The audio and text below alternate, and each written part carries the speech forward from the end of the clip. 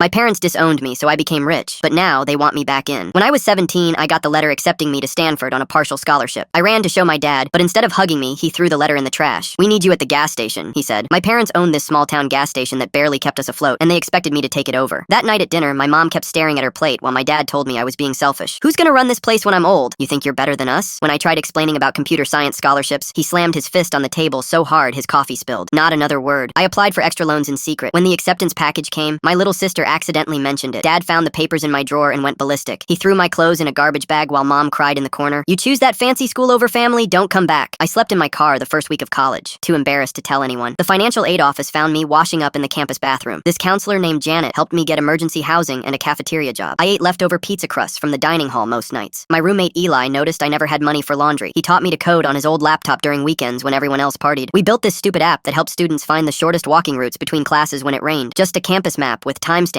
of when buildings unlocked side doors. The app was glitchy, but students loved it. Soon the university newspaper did a small story on us. Then Eli suggested we add features showing which dining halls had the shortest lines. We stayed up for 72 hours straight coding that update. During junior year, my phone died because I couldn't pay the bill. When I finally got it working again, there were 3 voicemails from my sister. Grandma had died. They didn't even tell me about the funeral. I cried in the shower so Eli wouldn't hear me. After graduation, a tech company in San Jose hired me. Not Google or anything fancy, just a small startup with decent pay. I rented a real apartment with actual furniture, not milk crates. Each month I sent $50 to my sister for college, but never put my name on it. The app we made in college? We kept working on it nights and weekends. Eventually, it grew into a platform for small businesses to track inventory across multiple locations. Nothing revolutionary, but it solved a real problem. When a bigger company offered to buy us out, I almost fainted seeing all those zeros. I bought a house. Nothing mansion-sized, just a 3-bedroom with a yard for my dog, Pickle. I was sorting mail one day when I saw a letter with my hometown's postmark. Inside was a newspaper clipping about our company's acquisition with a phone number scribbled on it. I recognized my mom's handwriting. When I called, she sounded older, her voice shaky. "We miss you," she said. Dad got on the line too, talking about how proud they were, how they always believed in me. Something felt off. I agreed to meet them at a diner halfway between our towns. When I arrived, they looked smaller somehow. Dad had this fake, cheerful voice I'd never heard before. After awkward small talk, he pulled out a folder. Inside were foreclosure notices for the gas station, medical bills. He'd had a minor heart attack last year. Mom needed knee surgery. They were barely making it. "We're not asking for much," Dad said. "Just enough to save the business. Family helps family." I looked at these people I hadn't seen in 9 years, and something inside me broke. Not from anger, but from finally seeing the truth. They weren't evil villains, just small, scared people who never imagined a different life. I took out my checkbook and wrote an amount that would cover their immediate needs. As I slid it across the table, I said, "This is a one-time thing. I'm not your retirement plan." Dad's face hardened, just like I remembered. "After everything we did for you," I cut him off. "You did the bare minimum as parents, and when I wanted more for my life, you threw me away." Mom started crying. I felt nothing. As I got up to leave, I placed my sister's college acceptance letter on the table. "I've been paying her tuition for 2 years. She starts at Berkeley next fall. Don't you dare stop her." They've called 12 times since then. I haven't answered. Some family ties aren't meant to be repaired. Sometimes the only closure is knowing